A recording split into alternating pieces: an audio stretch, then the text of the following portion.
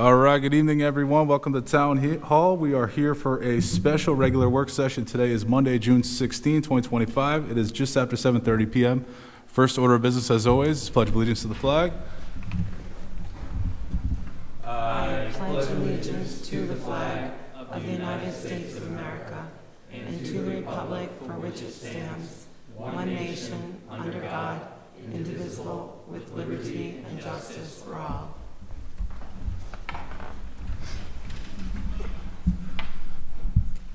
Next on the agenda is the land acknowledgement statement. The town of South Kingstown pays homage to the indigenous people and land in which the town is now located. Let this acknowledgement serve as a reminder of our ongoing efforts to recognize, honor, reconcile, and partner with the Narragansett tribe, whose land and water we benefit from today. All right, next we have the roll call.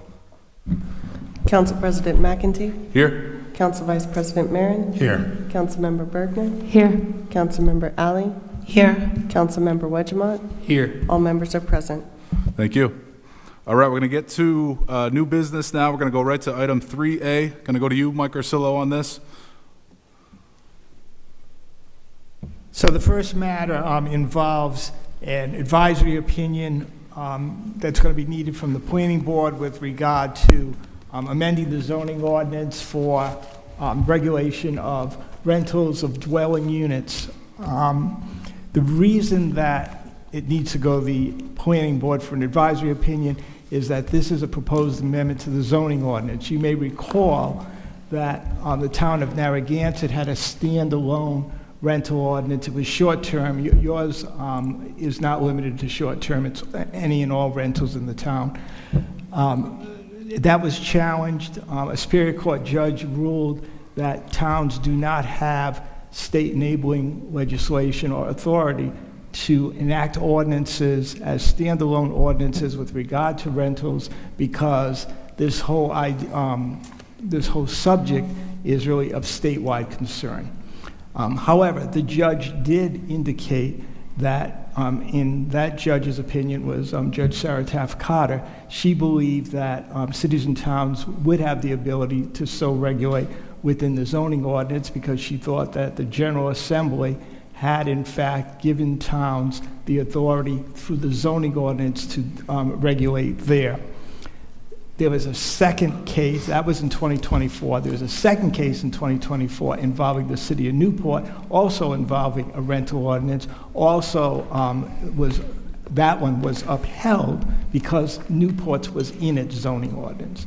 Then finally, the town of Middletown also recently enacted one. So it appears that the best legal course to proceed for establishing a rental ordinance here in South Kingstown is through the zoning ordinance. So we've drafted one for your consideration. My thought this evening is that you should send it over to the planning board, get the advisory opinion that you need. The planning board will have the opportunity to review it, make recommendations, as always, when the zoning ordinance is amended. It'll come back to you, and then you can decide what direction you ultimately want to take. But for purposes this evening, you just need this referral. Thank you, Mike. Good. When it does come back, we would do the ordinary thing and have an order of notice and public hearings on that. Absolutely. Thank And the public will be able to chime in and give you feedback, et cetera. So I just want to make sure that I understand the purpose of this rental ordinance and the results of it. So we originally talked about, do you want to say something first, Mike?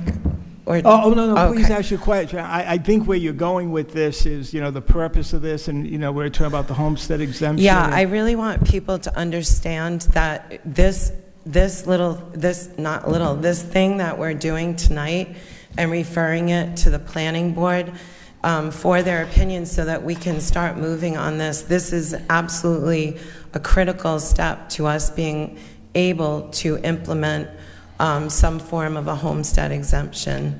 Right. Is that correct? That is totally correct, because what it's going to do, it's going to give you the demographics of the town. Really, the state also has a statute which requires those renting to register with them, but because it's at the state level and not the local level, a lot falls through the cracks. This will be here in town. We'll be able to enforce it here in town. It'll give you all the demographics necessary to figure out how many are being rented versus not rented, so that you can go forward with eventually dividing things up with 2 different tax rates pursuant to the homestead exemption law that the General Assembly passed for you to adopt. Okay, thank you very, very much for that. So when we talk about implementing a homestead exemption, we talk about a particular percentage. What we really need to do is we need to have the figures, the math. We have a certain tax levy that, which is the total amount, right? Right. That we have to come up with. And so whatever excess is what we have to implement the tax exemption. We can't just like pull a number out. Right. You have to raise a certain amount of taxes to pay the bills no matter what. The question is how you're going to divide that up among the population. And what you want to do is give a break to people who own their own home in town, live here, members of the community, versus those who do not actually live here but rent out to others. And that's where you would differentiate, and that's what this rental ordinance would do. It would give you that information that you need so that you can make that division and figure out who gets the homestead exemption and who doesn't. Go ahead. So I do understand what this resolution will give us, will provide us, but something that you said, a 2-tiered tax rate, it could be a 3-tiered tax rate. It doesn't have to. I don't want to lead people to believe that it's going to be residents and non-residents, because we also have businesses and we have other things. I just want to say it to the public. Totally correct. Not to zing you, but just... No, I didn't take it that way. I didn't want it to sound that way. I just don't want people to go, well, that's where we're headed, and then we don't know where we're going to go. It could be, people could think every resident is going to get the break. It could be a certain population could get that. We don't know what it comes to. You might put a limit on the assessed value. Correct. It may be Correct. that someone who has a $5 million home may not enjoy the same amount as someone with a $500,000. All of that is for you to determine at a future point. Right. So this is just about getting the data. The demographic, the data, yeah. Yep. And then we'll go from there. Yep. And so that's all we need to do. The planning, the zoning board and zoning board know what to do if we just pass off this resolution. Right. It's no different than any other ordinance that would amend the zoning ordinance. You need to first get an advisory opinion from the planning board. So if you approve new business item A, you're simply sending it on to the planning board for them to give you their input and ultimately their opinion. Okay. Thank you, Mike. Go ahead. Mike, thank you for walking us through that. And just to echo my fellow councilors, I think this is a great step for us to get to a homestead exemption. Mike, just 2 practical questions. We are sending this to the zoning and to the planning board. Just planning. Just planning, so just planning. So we are sending this to the vote to the planning board. If approved, how long do we expect the planning board to go over this, and when do you expect us to get something back? I know you can't predict the future, but in this circumstance. Is Jamie here? I don't know what's on their docket. Obviously, the school project's on their docket. My hope, I think your hope, I don't know if Jamie has the ability to answer that, whether or not they'll get to it this summer, hopefully. They definitely need to get to it this summer. I would say we have a meeting at the end of this month. There's a potential that it could get on that agenda. If not, we have a work session coming up, first meeting in August. So again, we canceled the work session a week ago. We've combined a work session and regular session, so it just kind of depends what comes in next week. But in all likelihood, we could add it to the agenda next week for a meeting at the end of the month. Worst case, it slips into the second week in August. Jamie, how many meetings do you anticipate they'll need to sort of vet this through and come to a... I'm not a betting man. Just an estimate. But I mean, I don't want to oversimplify this, but to some of the conversation this evening, it's rental registry. That's all they're acting on. The homestead issue and all of that, I think that's a separate, distinct issue. You're asking for a change in the ordinance for rental registry, no more than that. What the council does with that information, that's another discussion topic. Thank you. And I just have a brief follow-up because I'm definitely going to vote in favor of this resolution. Mike, so in practicality, it goes to the planning board, it comes back to us, the town council implements this.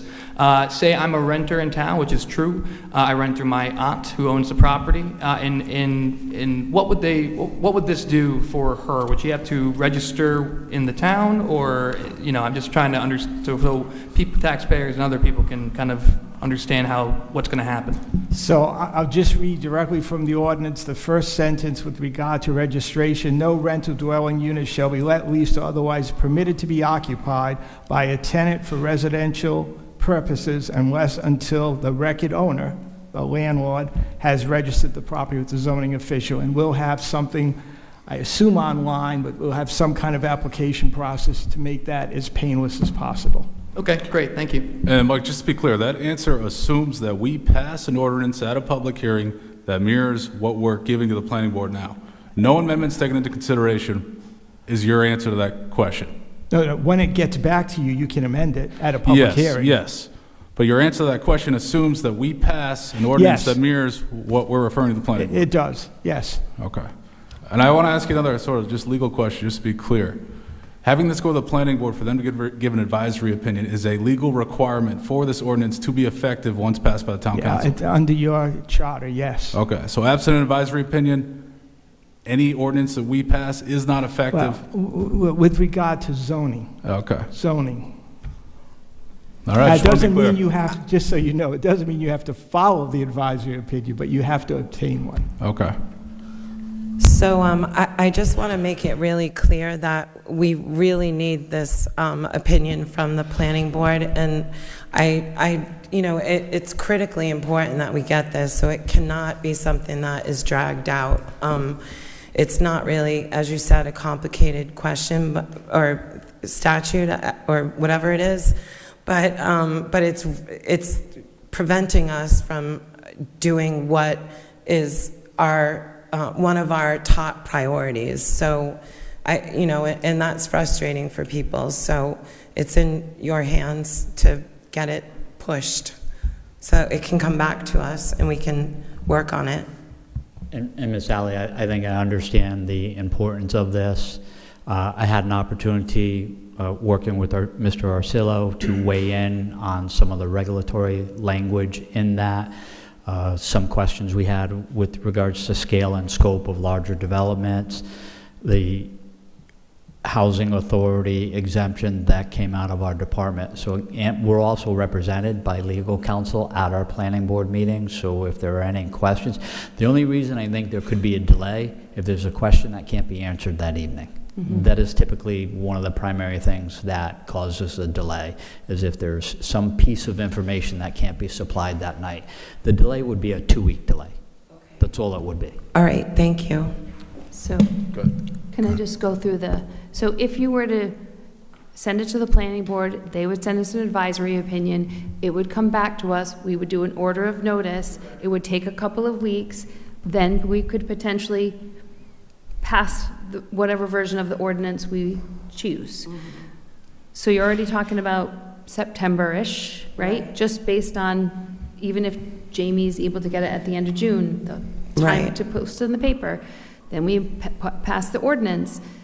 People have maybe until the end of the year to register their rental property, right? That's right. So I just walking everybody through it. No, it because takes while you everything- want things to be tomorrow, it's Right. literally going to be 6 to 8 months from now. We might Even have if- the data, right. but we might have the data for Jim and the staff to then say, here's where we could go, let's talk about that. Okay. Right, at least we can get it started. The sooner we It's fine. start, but everything takes We a long time. We say that because I know each of us has heard from everyone in the community about how important tax relief is. And Exactly. that, whether you agree or disagree, the homestead exemption is just one way to provide tax relief to the community. But that's what a lot of people would like. We hear it in any place we go. Mr. President, motion to approve item 3A. Second. All right, we got a motion and a second. Any discussion? All in favor? Aye. Right, that passes. Mike, we're going to go right back to you on item B here. Okay, so this is the amendment to the zoning ordinance. Also, this with regard to manufactured homes. The reason this is before you is one of your goals is to create more affordable housing within the town. Manufactured homes are cheaper to install and construct than what we call stick buildings, homes that are built from the ground up. So knowing that manufactured homes are a less expensive alternative, if in fact you ultimately adopt a manufactured home ordinance, you will be giving residents the opportunity to build something a little bit more affordable. Right now, manufactured homes are prohibited in all your zones. What this ordinance would do is two things. Number one, it would mirror state law, which it has to with regard to a definition of a manufactured home, you know, the size and width and all of that. And that's in our ordinance that's being proposed to you. The second more important thing is that it would allow manufactured homes to be built in any area that single-family homes are allowed, any zone that you can build a stick home, you'd be able to place a manufactured home where the foundation's put in and then the building is trucked in, so to speak, and put together. Again, because this is an amendment to your zoning ordinance, it requires you to first refer this matter to the planning board for their advisory opinion, back to you, and then you can amend it at that point. There'll be a full public hearing. Once adopted, as written, manufactured homes would be allowed in any zone that a regular stick building home would be allowed. So again, this goes right to your one of your critical issues about making homes more affordable in South Kingstown. Thank you, Mike. Go ahead. So I'm just making sure I'm hearing you correctly. If the way that we're asking the planning board to act is so that they will allow manufactured homes in all zones. Is that? Not all zones, only zones that stick or conventionally built homes are allowed in today. Oh, okay, so not right. industrial, No, GI? no, Okay. and you wouldn't want CN? homes in those other No, zones. Yeah. okay. I didn't know if we. They're prohibited. Right now, they're prohibited. Even if you wanted to do it, you could not. This will make it allowable. Okay. All right, Jamie Rabbit, you want to come up for this one? I feel like you should sit in the front row. We're going to talk to you again. You got Luke coming up next, so I didn't want to impose. Jamie, is it safe to say this one would require a little bit more vetting than the prior item we just took up? I think that, Councilman McEntee, I think that's a fair observation, that this is one that the planning board may have some questions. Council may have one or two answers to their question that evening. There may be a subsequent need to do a little more research on a question they may have. So again, if it goes to us towards the end of June, you may see a delay into one of the meetings in July. And I want to ask another follow-up, Mike. So this is, I guess, specific in that it asks the planning board to consider whether manufactured homes would be allowed in any area in which a single-family home is allowed? That's correct. That's what they're being asked to do. So can they go outside that and say? Yeah, they can, yes. Yeah, we recommend it in these certain areas, but not these? Absolutely. Okay. And that's likely what I'm guessing they'll come back with? I think there'll be a broad range of subject to be discussed. I think the biggest thing is they'll understand that any recommendation that goes to the council that ultimately results in an ordinance change, that type of housing will be permitted use as of right, and the only way to undo it would be to remove the ordinance, assuming it goes through. I've got a variation on Rory's question, and I think for you, Mike, but maybe Jamie. Does this proposed ordinance just bring us into line with the latest state legislative package? So what it does, the state legislative package did not make this manufactured home ordinance mandatory. It's permissive. Okay. So you do not have to adopt an ordinance like this. but you indicated a few months ago that you'd be very interested in seeing what this would look like to help your affordable housing goal. And I don't mean affordable housing as in the 30-year restricted, affordable housing for citizens who want to live in town and can't afford to buy a conventionally constructed home. But it's permissive, the state law is permissive, not mandatory. Okay. So each city and town can adopt or not adopt as they desire. If we do adopt, we do have to use the state's definition of a manufactured home. Right. Okay, so the planning board could recommend something less than all zones were single-family. It could. And the council could adopt something less. And maybe the planning board would say instead of as of right, by special use permit. I mean, there are all kinds of variations here. Okay, thank you. And then we would have a public hearing. Absolutely. It would be public at the planning board stage, obviously, and then it would absolutely require a public hearing with you, as with the prior ordinance, with 3 weeks of advertisement, et cetera. So there's a process, and it's a good process because it will ensure that the public knows about it and has the opportunity to be involved. Thank you, So Mike. I have Go a ahead. question about when you said as of right versus special use permit. Would it be helpful if do we give our opinion on that Well, now? Or, it- because if they come back and say, we want to do it by special use, and we all say, well, that's cumbersome to the person who's already trying to get their house built. I was using that purely as an example. The Okay. ordinance as written is as of right. As of right. And ultimately, the decision is yours. I was just suggesting I know. that maybe the planning board might do something different. But ultimately, regardless of what they advise you, you have the ultimate decision. Right, so my original, to go back just 1 minute, is do we want to give feedback on that? Because I feel like once people are led in a certain direction, it's very hard to move away from that. So if we said, oh, do it by special use versus as of right, then we're gonna be the bad guy on the other side. So is it better for us to say where we would like it to be? Or is it, Well, if you send this to the planning board as written, you're sending the message that as it's right? as of right. As of right, okay. Now, and But just we so don't you really know, I don't really know enough about, I would rather just see what they have to say, and then as we learn about it through the process, because right now, looking at it, I don't think I could give any real useful guidance, because I don't know enough. So I'm in favor of item 3B. I think that it's twofold. One, it's an example of a member of the public bringing this idea up to us so we can meet some of our goals, our affordable housing goals.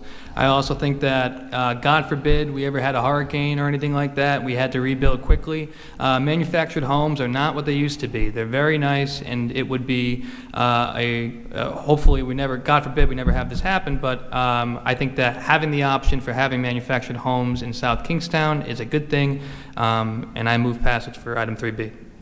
Second. All right, we got a motion and a second. Any discussion? Just want to say I'm on the same page as Patty. I don't think we're quite in a position to give a preference as to, as of right versus special use permit. I think this is an area where the council hasn't quite vetted out to the extent of like a rental registration, where we've been actively working on it for the last 9 months or so. So I too would like to see where the planning board comes out with this. Albeit that we have give it to them with the language as of right. I'd like to see where this goes. And just because we're giving that doesn't give an indication we want to pass the ordinance that reflects as of right. So I'd like to see where that goes. But, any other discussion? All in favor? Aye. Right, that passes. Luke Murray, come on up.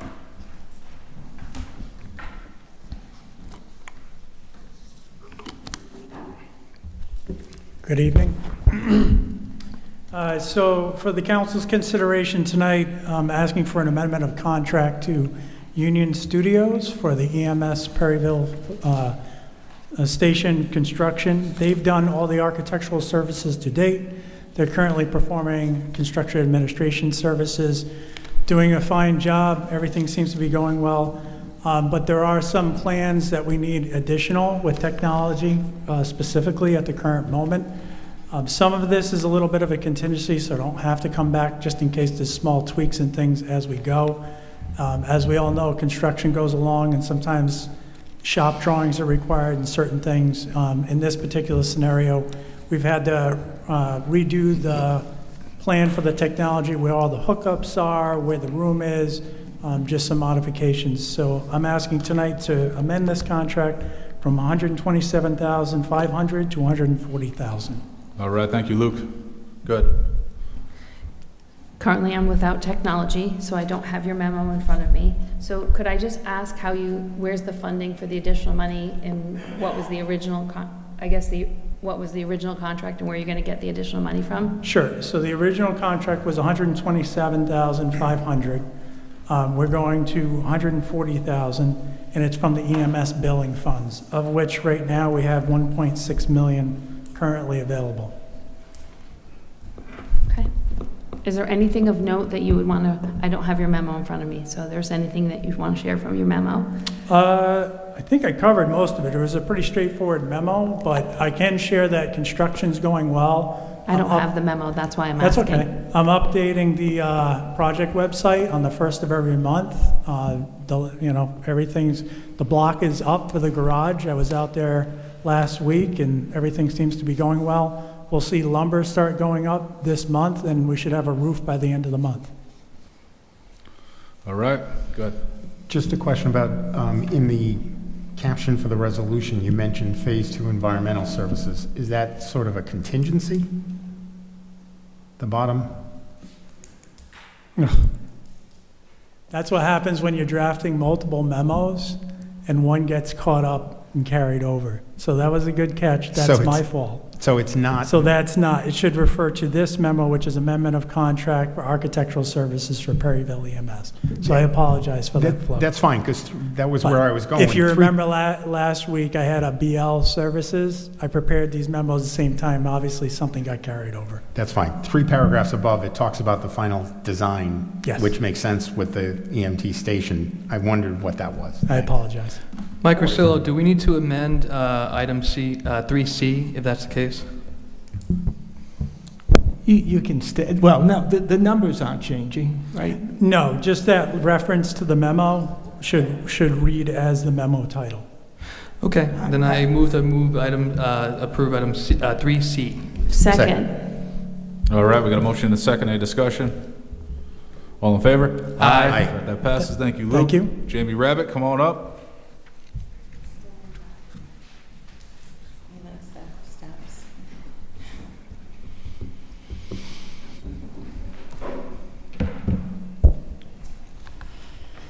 Good, thank you, Council President. You have a memo, a draft kind of project goals and objectives, as well as a draft RFP associated with the South Road School. I'm available to go in as depth as you want me to, or I'm available for questions. All right, go ahead. Any questions? Yes. Simple, well, this is the first question. So is the way that the RFP is written, would there be any possibility that a nonprofit would excluded outright just based on the draft? Again, the provisions are primarily single-family. I added up to a 4-unit building. They're for sale, not rent. So any nonprofit who is in that business would be able to apply. And it doesn't discuss AMI or any So creation? two things associated with AMI. Actually, if you just bear with me, I do have Okay.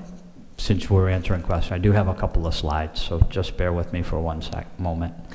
and I'll While put you're those getting up. that, I'll just give you the rationale for why I'm asking, is because I know that Habitat cannot, by their own 50c3 organizational rules, build market rate, so I don't want to put something out there that Habitat can't automatically be a part of.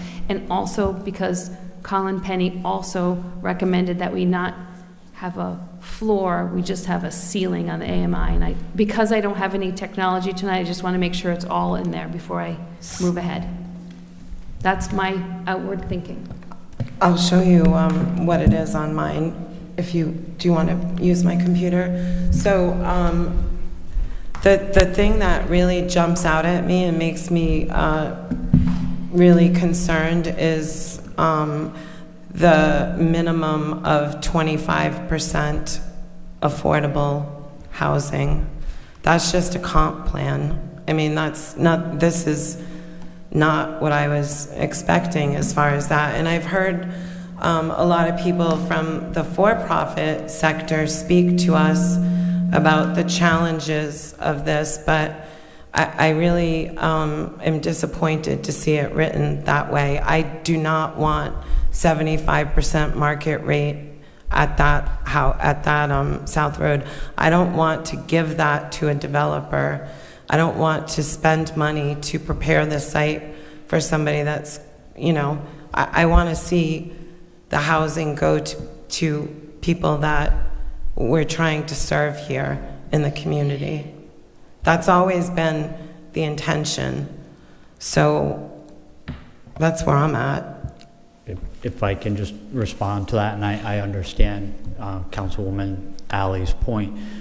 When developing this, we tried to be as prescriptive as we can to drive a product, which is primarily single-family home ownership, but leave it open enough to the respondents who have to find the financial resources to be able to build this.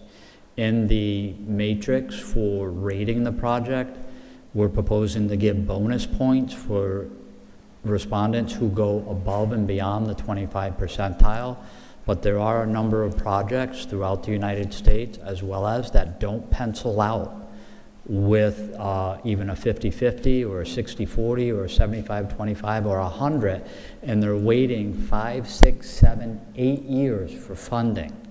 So in writing the RFP, I tried to be as focused, but also as open to opportunities for developments.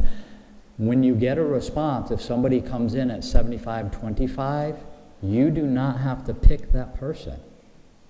You do not have to move forward with that project. This isn't a RFP where you respond, and if you meet all the criteria, the council has to move forward with any one of the individuals. I think we have to set the bar slightly higher, though, than just 25%, which is what any developer gets. At least make it, let them know what we want. Any developer, and I'm just trying to lay the groundwork for the decision making.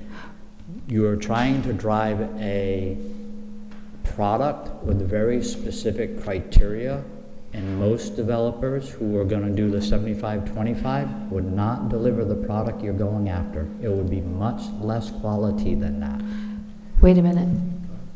Say that again, one more time. What you said, the developers that we would be wanting, what? So, and again, I apologize for it, but if you look at the RFQ, we have a specific layout with a significant amount of landscaping, a significant amount of what's called placemaking. You're trying to build, we'll call it almost an award-winning type project. And that has to be financed in some way. You may find out that it only finances without significant federal or state help at 75-25. But as a council, you get to decide if that moves forward.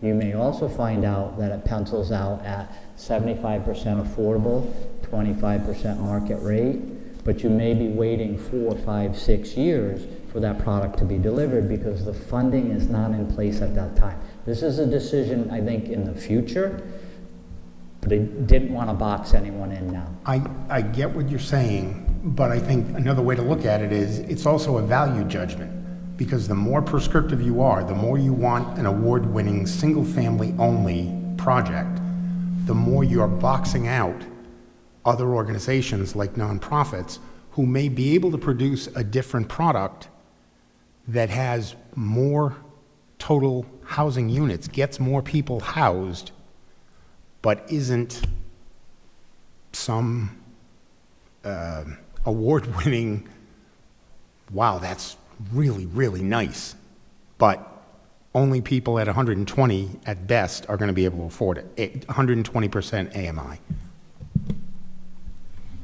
Jamie, you wrote the memo on June 4th. Has this gone in front of the Affordable Housing Committee yet? No, the RFP was only flushed internally with the town manager's office. Okay, and in your opinion, you drafted this RFP, you think this is reflective of the council's wishes. In your opinion, how many proposals do you expect to get with this proposal? Can you estimate that? He may not. I'm just No, asking. He may not. I'm just I wondering. don't have a definitive answer for you. In preparing the RFP, I looked at probably 20 RFPs in 15 different states, 20 different communities, and I looked at some recently. One happens to be on the Cape in Orleans. They put out an RFP. Town manager stated they would never allow a committee to write the RFP again. It would only be staff-driven, because what they had is what the committee thought was a good RFP, and then when the bids came in, they had difficulties doing apples to apples versus apples to oranges or apples to tomatoes. They got two responses. One of the responses was from a private sector developer who does affordable housing. That developer originally proposed to purchase the property for $1.5 million and then supply, I think it was close to 50-50 on the affordable market rate. A nonprofit also responded to that. The nonprofit did not propose to purchase the property. They wanted the property gifted to them, and they needed, I believe, about a $3.5 million subsidy. Two responses for over 50, 60 unit development. It depends on the marketplace. It depends on the bandwidth of the nonprofits and the for-profit, nonprofit. So there are nonprofit developers. There are for-profit developers who do affordable housing, and then there may be a private-public partnership between a for-profit builder and a nonprofit like Habitat, trying to leave it open enough so you can get more responses before making it so narrow in this process that you may actually eliminate someone, I hear what you're saying. including a nonprofit. I hear what you're saying. I guess my comparison is, you know, we're fishing for folks that want to do this project, right? And an RFP is kind of like the lure. And when you put the lure out, if you have a skinny one, you're only going to catch some flounder and some fluke. But if you have a top riding lure, you're going to get some of the surface fish like stripers, right? And so the council has been talking about how we really want to make sure that it's deed restricted, that it's low AMI. The Habitat for Humanity said we don't want a floor, we want a ceiling. And you know, I'm not sure that this RFP right now is the right lure for us to get what this council is looking for. I'm in favor of it because I hear what you're saying, Jamie. I think you did good work on it. And when we get the requests back, the RFPs back, I think we'll have more of an idea of who's out there. But I'm not sure that the rest of the council agrees it's the right lure for the fish. I think if you are you have to use the right bait for whatever you're fishing for. Go ahead. Thank you. So I think that you're attempting, and this is our person, this is our expert, so we need to be inclusive and collaborate. He's trying to reflect what we did at work sessions, when we had conversations on this, and I think it's close. My only concerns were that we were making sure that an entity like Habitat could actually consider this as an option. So Colin has come and said that he could look at he has a different financing model. In that presentation that we did with Union Studios, they showed that there was a gap. If we did so many affordable, I think it was a $5 million gap in infrastructure improvements, and where we were going to find that money. We didn't have any ideas about that yet, but I think I think the RFP is fine. I think it's about how we as a council feel comfortable saying no if we don't like what we get. That's more about it, right? Because we kind of know we want we want it to be a certain way, and we don't want to exclude people or have the wrong project be built there. This is an unusual opportunity of land, right, that has sat vacant for 20 years, so we need to get it right. It's more about, are we okay saying this isn't what we were thinking when we get 3 proposals back or 7? I would be. I think Yeah. it's a waste of time for people to, when we know good and well, we're not interested, I mean, I know I'm not interested in it, so I In would a private rather development? not as a first line. I Right. mean, we have like that beautiful situation in East Providence that we saw. And also, I think Jim has something to say about something. Go ahead, Jim. So we have been working behind the scenes to get people involved, the government, state government involved. For example, I spoke to the governor personally. I've stated that before. I have a meeting on the 24th with the Secretary of Housing and their entire staff, including the finance people, with the staff here at Town Hall. We're going to personally go to all 3 sites and see what the state could offer in the help of infrastructure improvement.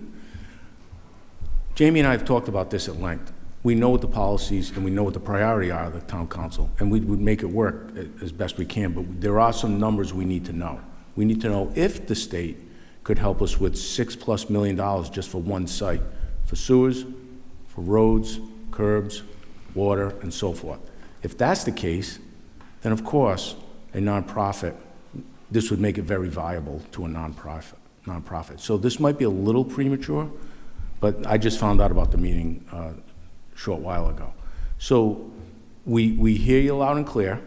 The staff hears you loud and clear. We're not trying to circumvent anything, and I'm not saying you're saying that, but the public needs to know. We will present all the facts to the town council as we get them, to include if there's any money coming from the state for infrastructure. If that's the case, then we could switch gears right away and you can go in the direction the council chooses to go. All right, thank you, Jim. I got a few thoughts I want to flush out here. So it appears this RFP is, somewhat consistent with our conversations over time with Union Studios as to, what we like, what the surrounding neighborhoods agree with as far as aesthetics, what it will look like. So I don't think it's totally off what we've been discussing. We've talked about how many units, what kind of units, whether it be 2, bedroom, 1 bedroom, whether it be rental, whether it be ownership. I think it hits all those cues as we discussed, specific to South Road. So I think that's good. I think, I'm hopeful that, this is going to get at what we want to get at, which is try to see the widest range of yielding results possible. One thing to know, we've already discussed, but it has been communicated to us, Johnny Cake Center, Women's Development Corporation, and another organization, that if you put a minimum on AMI, it's going to preclude them. I don't think this puts a minimum of AMI, but it puts a preference in the RFP here. So maybe that will discourage or dissuade certain persons who would be willing to put a request forward, but then they'd say, the town has a preference, we're going to pull back. So maybe we should pull that language. I think it is good to go forward, try to see what's out there, and then we pick and choose, this one won't work for us, this one does work, but, at least we keep the ball rolling. If we do, in fact, receive potential state subsidies that we can give to developers, is that part of an RFP, such that an RFP now would be too premature? Can you answer that? I don't know that answer. I do agree with your concept, though. Let's, like what Jamie's going down, let's cast a wide net, right, in case we don't get, any funding, or we could wait and see what we are going to get and then go down that road. Jamie drafted this prior to us being notified that we are going to get a meeting with the Secretary of Housing. So we could wait, if you'd like, and just maybe get a better idea on what if we're Like, gonna would we get have certainty as to a subsidy from the state anytime in the near future, such that we should wait? I don't know if we're going to have it in the near future, but I think we'd have a good idea if there's what their direction would be once they tour the site. I'd like to maybe table the RFP to the first meeting in July. That way, Jim's meeting is Tuesday, June 24th. We're meeting next Monday, we wouldn't know. And then just wait 2 more weeks and then put it out in July. I think that's a good idea. So I make a motion to table this item till Second. July. All right, we got a motion, we have a second, any discussion? Yes. You want to go first, Mr. Vice President? Just to add to the rationale, I'd like to hear from more community members and local nonprofit organizations about their view of this, number one, and this would give us some time to get that.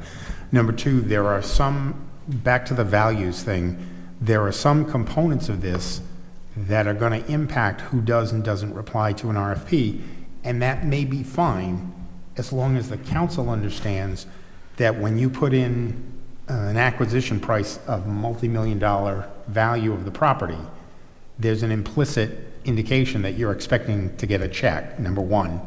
Number two, you're talking about an environmental assessment that's going to be on their heads. And if I'm not mistaken, Luke already did at least a preliminary there at South Road, not the other two. He did. Attached to our RFP is our baseline data for South Road School. But So we by, have that. but in the language of the RFP itself, it just basically says as is, and essentially you're at risk. And that may be the way we wind up having to do it, but it's another piece of the puzzle for who's going to reply to an RFP. And then the third thing struck me as a little bit odd the way it was worded in there, because I think it's an easy lift, and that's more about the council than the developer, was that the developer's responsible for getting a zoning change, because right now it's government institution. So understanding is in all likelihood, whoever develops this will utilize a comprehensive permit process. So that was the assumption, but we would be hard pressed if we didn't let them know at this point in time that they are responsible for bringing this project forward on the permitting side, because again, it's GI right now. Without any development response, we had a broad range between 40 and 60 homes, about 6 units per acre up to 8 units an acre.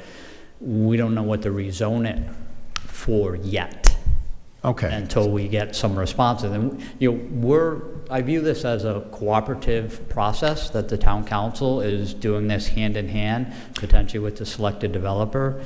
So I don't see significant resistance on any regulatory amendment that's needed to bring the right project forward. That's exactly my point. It was just the language that was used in the RFP didn't basically tip our hand that this is something the council really wants, and we're going to cooperate and help wherever we can. I also have reservations for the members of the council to know about the rubric process, but we can leave that for another day. So I'm okay with tabling this until July, like Councilwoman Bergner said, and but I would say that I'm very happy that Mr. Manny and our team is going to be having a meeting with the housing director, for the state housing director.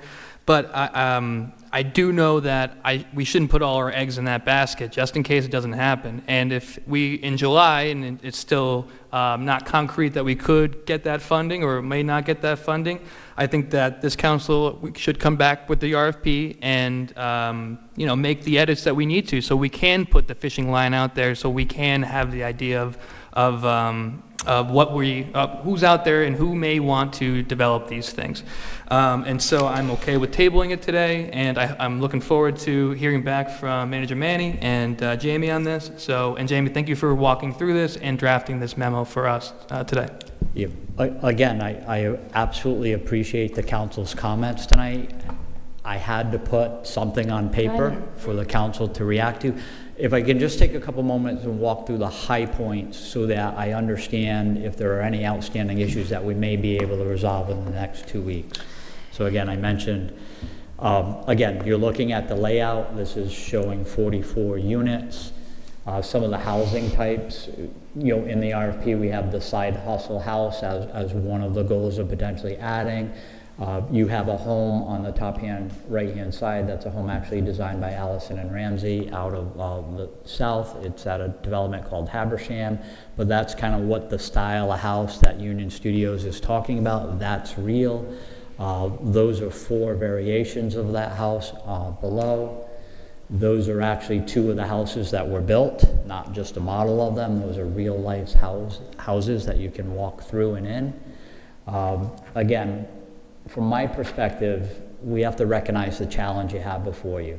You're trying to do a development that's going to stand the test of time, using the best examples in your collective kind of portfolio, to look at the primary goal of integrating this within the community and not making it stand out as a one-off or a housing project, that you're building a community that's integrated with the rest of the community, that it's fitting seamlessly, and that it serves everyone. And again, we can debate the merits of what you can bring to the table on the financial side, or whether it's 100% affordable. With a $5 or $6 million subsidy, you can change those scales pretty quickly. But without that subsidy, I don't know where the scales are. Again, home ownership, we're looking at a minimum of 30-year deed restricted. My understanding is for South Road School, it's home ownership, not rentals. Right. Okay. The percent affordable, I set the minimum bar at 25%, and that's going to bear out in applicants' financial analysis of what's available either out there for grants from the state or at the federal level, or what the town's ultimately providing. If we have a very successful meeting with the state and they come up with $5 million, that comes off the developer's costs, which again changes the weight of the scale. Medium income, again, we were looking at a maximum of 120, not going above that, and then 60%, which potentially gets, the difficulty is a lot of the 60% are associated with rental, which gets them federal tax credits. It changes the dynamics when it's for sale. And again, there may need to be some movement in that, and we can discuss that further. We're looking primarily single family. Union Studios did lay out the project as duplex, triplex. I did add fourplex in there just to give a little more design flexibility. We're also asking in the RFP a minimum of 5 different house designs instead of repeat. If you have 40 houses, there's 5 different designs. You only have 8 variations of those 5. That you could tell me, Jamie, make it 8. And I'll show you a slide later. It's pretty simple for a really good design team to do. Minimum 1.5 stories, so you're talking that second story in the eaves. And again, development patterns not to repeat, high quality materials and exterior standards.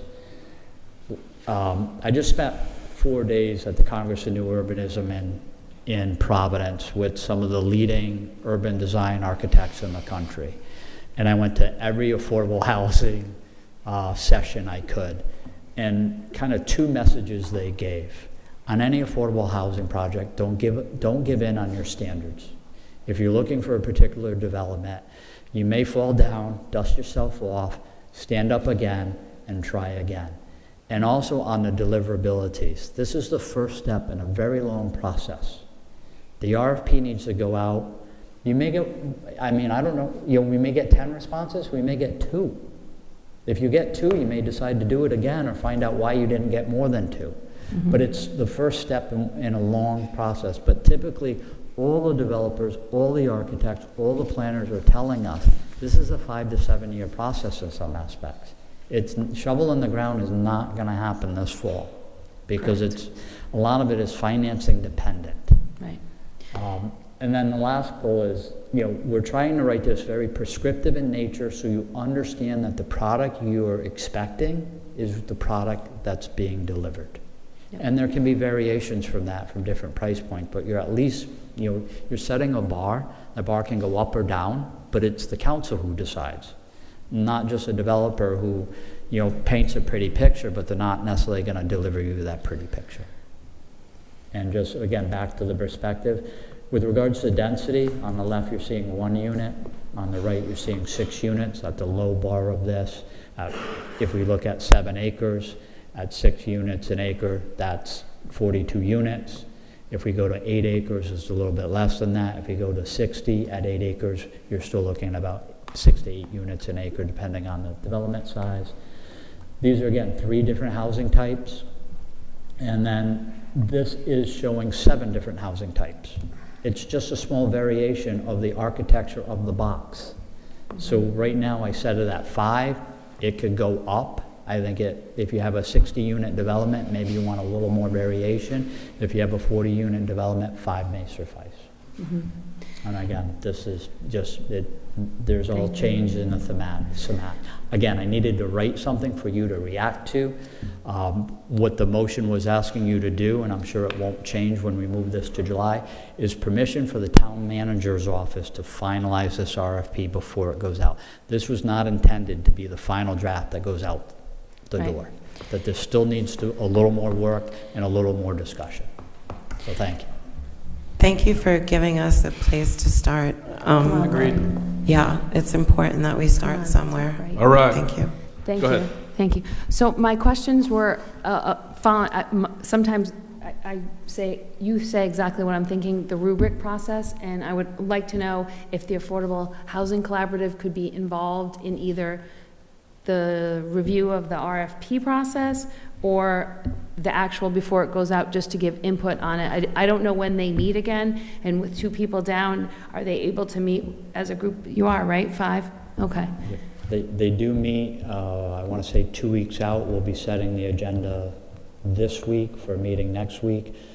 Okay. Because of a conflict in our office, one of our planners is out that week or that day, so I will be staffing that meeting, and I'm more than willing to, just like we walk through this presentation tonight, I will walk them through. Yeah, I would like, in the interim, to have the Affordable Housing Collaborative at least discuss and offer a different set of eyes, guidance, or whatever, and so if they're meeting in 2 weeks, wonderful. And then I do want to ask you, what is the typical review process and rubric process? And just so we understand, so we're going to ask you in 3 months anyway, but just tell us what you anticipate it might be.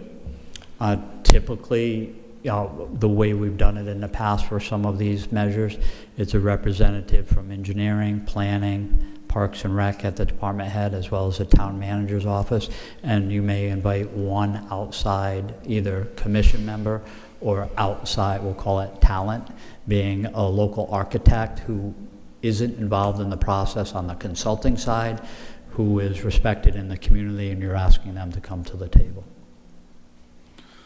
Okay. I think we should minimally have someone, a board or commission, we can talk about it in July, but we all have to remember that, because we want citizen input or community input at that process as well, because Yes, but this is either, it could be a huge, I don't want to be a part of handing public land over to someone who makes a lot of money and then doesn't really meet the goal, because that's not what it was ever for me. So I want to be very careful that well, is final authority not as a to financial choosing a gift. developer over a certain project would be the town council. Is that correct, Jamie Rabbit? Ultimately, that review board will make a recommendation to the town manager's office, town manager to the town council. For whatever reason, So if it's the your council was in decision disagreement as to that advisory board's decision as to who to award the contract to, we could always go a different direction. It's advisory. Absolutely. All right. okay. All right. So, Good. Good. Yep. right. And if we don't get what we are looking for, then we just pick ourselves up, dust ourselves off, and do it again. And again, Councilwoman Alley, communities have had to do that. And it's not because the RFP was flawed, it's the timing of the RFP and the bandwidth within the development community where it just wasn't good timing, there wasn't the bandwidth there. So they, again, dusted themselves off, said we're gonna wait 3-4 months, maybe we'll refine the RFP, move it left or right a little bit and put it back out there. Again, you're looking for a product, you wanna make sure you get your product, keep your eye on the prize. Okay. All right. We have a motion. Oh, you got Sorry, something? just a last request. Can you email us the slides and have Nicole attach them to the minutes? Thanks. And the meeting will be July 14th. You didn't know the date, so it's July 14th. All right. We got a motion to continue this item to the first meeting in July 14th. We have a second. Any more discussion? All in favor? Aye. All right. It's now going to move us to item E, discussion and potential action relative to establishing a South Kingstown Youth Advisory Board as requested by Councilmember Wedgemont. Jay? Thank you, Mr. President. Members of the council and the general public, I wrote a memo to Mr. Manny with an idea to have a South Kingstown Youth Advisory Board. This Youth Advisory Board would serve as a formal platform for young residents to engage in local government, voice their concerns, give us feedback, and contribute to the community. As we've all seen, we have some amazing young people in our town who would love to join a board and serve. And I was inspired by the Governor's Youth Advisory Board, RIDE's Youth Advisory Board. My colleague in government, Tyree Woodson Samuels of Westchester, New York, also has a advisory board. And some of the goals and objectives of this would be youth engagement, having youth in our town have a place to use local and government civic activities, leadership development, providing a structured environment for youth to develop leadership, and also an advisory role for us. It's always important to hear back from our youth and our young people in our town, and this might be a great way for our young people in our town to come and serve and give us advice on how we can best make decisions for young people as well. A draft composition of the board, 5 to 7 youth members from age 14 to 22. We would also have a member of the URI student leadership be on the board as well, so you could have that University of Rhode Island and engagement there. And then an ex officio member from local organizations, local youth organizations, and a liaison from either the town council or the town manager. And my idea was to have 1-year renewable terms because a lot of times I would think that seniors may be interested in this, and it would have an ability to have lots of our great youth be involved in our town and give us some advice and serve. So we have some amazing youth in our audience right now. Hey guys. And I just decided to send this to Mr. Manny, and I wanted to bring it to our attention to see what the town council thought about this. All right. I think it's a cool idea. I think it can formally get young people involved in, civics, politics, just things going on in town and gain more familiarity with. I think it's good for, leadership development. So I think it's a good idea. Mike Ursillo, can we refer this to your office to advise us on the mechanism by which we can create this board and then appoint members to it? Yeah, sure. I mean, just so you know, you have the authority to create any subcommittee that you want, and then what you need to do really is to decide on what the charge is going to be to that committee and the number of members. So, I mean, you can refer it, but I can just tell you tonight, you're able to if as a majority of you want to create this committee, you can. And I don't know if my fellow council members received my memo I wrote, but if not, we can get it forwarded over to you. It was an idea of what the committee may or may not look like, and yeah. All right. Do we feel ready to go ahead? I just have some concerns about the ages, 14 to 22. I don't really like kids from 14 hanging out with 22-year-olds. As a mom, and I don't like the ages. That's the only thing I can say. I think that's super fair feedback, and I would be happy to, or we can definitely amend the ages if we want to keep it 14 to 17 or 18 even, like just maybe in the school, not mixing the high school and the college kids together. I think that would be less than ideal for some kids. I think that's fair. All right. I think this requires a little bit more deliberation as opposed to just on the fly, perhaps. And I do agree. I was just talking to Jim just now about the fact, where would this fall within the structure of the government, et cetera. So if you refer it to my office and the manager's office, we can work on where this would best fit in and look at Jay's memo in terms of what the charge to the committee would be, that type of thing. All right. I think the idea of being involved in government is important, no matter whether you're 15 or 85. I think that's great. My concern is we ask a very small number of professional staff to do a lot and get a lot done. And just another, when Jamie said we have 52 meetings a year, our staff's very busy. So then you have Luke doing the school project, Jim doing the school project. We have lots of opportunities for people to be engaged without that. And we also have a staff who's very taxed. And now we have the affordable housing project going underway. We have multiple other projects, EMS, the library, all of those things. I just want to do a good job. This isn't necessarily it's a great idea, except it's not one of the 5 goals that we had. We already have added this bike path, which was another project. We just can't keep adding. They only have so much bandwidth, and then you get mediocre everything. Instead of their A game, we're getting stuff and not everything that we need. So I just want to go slowly with adding and adding and adding to the staff's agenda. I would certainly support youth involvement, but I think once you start to formalize all those opportunities, it's almost impossible to pull back. And then I don't know, we don't get what we want from the 5 goals and objectives. So we'll do whatever the majority decides, but think about what you're asking. It's a great idea because none of us are doing it. We're coming up with great ideas and then having other people pull it all together. And that is not why, I don't think that's necessarily the function of what we're supposed to do, but. I hear your feedback, Councilwoman Bergner. I would say that if they're, in order to make sure that town resources, our folks are not working too late, I would happy to be the town liaison for the committee. All right, something to consider as we deliberate and think further and get some sort of, memorandum from the solicitor's office. Jim, you got something to add there? Well, I'd just like to add that we do have many boards and commissions. They're all important.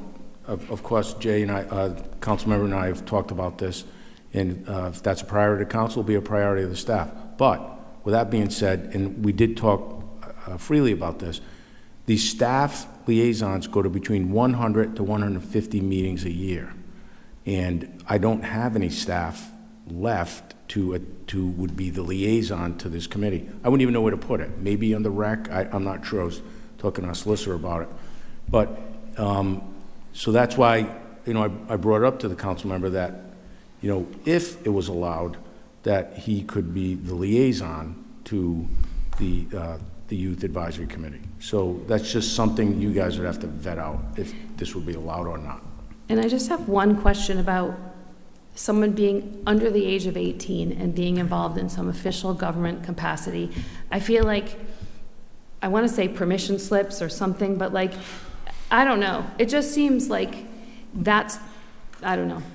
All right, I that's think something that's maybe- going to have to be referred to the Yeah, solicitor's a office. guardian would have to sign. And A guardian. A parent or a possibly we guardian. could maybe do this in conjunction with the new youth center that the Johnny Cake Center has, or something more like maybe meet there. I don't know, but there's a lot of stuff with I think this. you would need parental consent, for sure. And I also think that there are a lot of young people that already serve in government as pages at the General Assembly, and they get parental consent to work at the General Assembly. And General Assembly is a part-time legislature, but they definitely are part of the government. So I think that I hear your concern, Councilwoman Bergner. I think that the council will flesh out what needs or not need to be on the committee, and I just thought it was a good idea to help engage our youth in civic duty. You have a lot of ideas. Not every idea has to go all the way to fruition, but keep them coming. They're All always right. welcome. Perhaps a motion to refer this item to the solicitor's office? So moved. Second. All right, we got a motion and a second. Any discussion? All in favor? Aye. All right, that passes. It's now going to bring us to communication. Item A, an email dated May 30, 2025 from Dorothy Hill. Oh, my apologies. We're going to the town manager's report. Jim, go ahead. Thank you. This is a sneak peek at what's coming for the next meeting. This was, so Brian Silly was not able to attend this evening. He had prior commitment because it was a special meeting. Obviously, that was his priority with his family. So, but Council Vice President Marin had asked me to come up with, have Brian, Finance Director, come up with some type of year-end reserve fund transfers, the balances, the allocation of where it's going, the undesignated fund balance and so forth. So you have a rough draft in front of you, And I'll just go over some of the highlights, and then you can take it and look at it, and then we'll have a more in-depth discussion next week at the regular session. And that's where the year-end stuff is all going to be there. So that would be a good place to make a final decision. It's actually good that you got a sneak peek at this now, so you have a week to mull over what you want to do. So basically, it comes down to this, that if you look at the report, we're basically going to have a general fund unaudited operating surplus of $1.78 million, which includes the surplus amount is estimated at 1.13 in revenue that are projected to exceed budgeted amounts. So where is the so what is the budget driver that's separating the 1.1 from the 1.7, which is about 650,000? That is from a surplus in the investment income. If you look at the bottom, we've made a substantial amount of money by the policy practice that Brian came up with several years ago about getting that money out quicker, and instead of getting a certain low rate from one place, just farming it out. We've done very well over the years doing that. But there's another mitigating factor here. Last year, with the fund balance, there was $865,000 that we had last year in operating surplus, plus 90,000 OPEB transfer. So what do you do with the projected year-end surplus like we did last year? We run this town very lean. I say that day in and day out. Sometimes maybe a little too lean, but we run it lean. And that's for the benefit of the taxpayers. Always looking for ways to cut 5,000, 10,000 here or there. But at the end of the day, if we have some money left over because we ran it so lean, there are certain things that the departments are going to need to accomplish the goals and objectives for the town. And that's something that the council would have to discuss next week. But I'll just give you a preview on that. For example, so of this balance, and by the way, we're taking $1.65 million out of the undesignated fund balance for the budget to keep the percent down from the high of 18.4% down to the 17.1% or something like that. But there have been some requests by the staff, if there's a surplus, what should we do? And that's something we're going to vet this week and next week, by next Monday, to present to the council. I'll just give you a preview on that. There's a recreation capital reserve request for $100,000. Now, what that means is, Old Mountain Field is going to be a big draw for money in the future, and also Noyes Farm. Out of the $100,000 that was allocated, they only expended $60,000 so far. So that means that $40,000 is also included in this number, that we should expand on what the goal was by Parks and Rec. We also have, the Roads Capital Reserve, Public Services Roads Capital Reserve. They requested $200,000 of that surplus. I'm not sure that's the right number yet. I'm going to meet with the director this week just to talk to him. We always like to keep that at a minimum as well. But roads are a priority in town. That's one of the things we get complaints about, and we're doing our best to keep our roads on a schedule and get completed. So we'll go over that number with the director. There's an equipment reserve, of which there's dire need of a vehicle for inspections from Public Services. They budgeted $50,000. They did not spend that. They didn't have time to get a vehicle in on time, so that's something we would consider and talk to them about for next week. The South Kingston Police Department Maintenance Reserve Fund.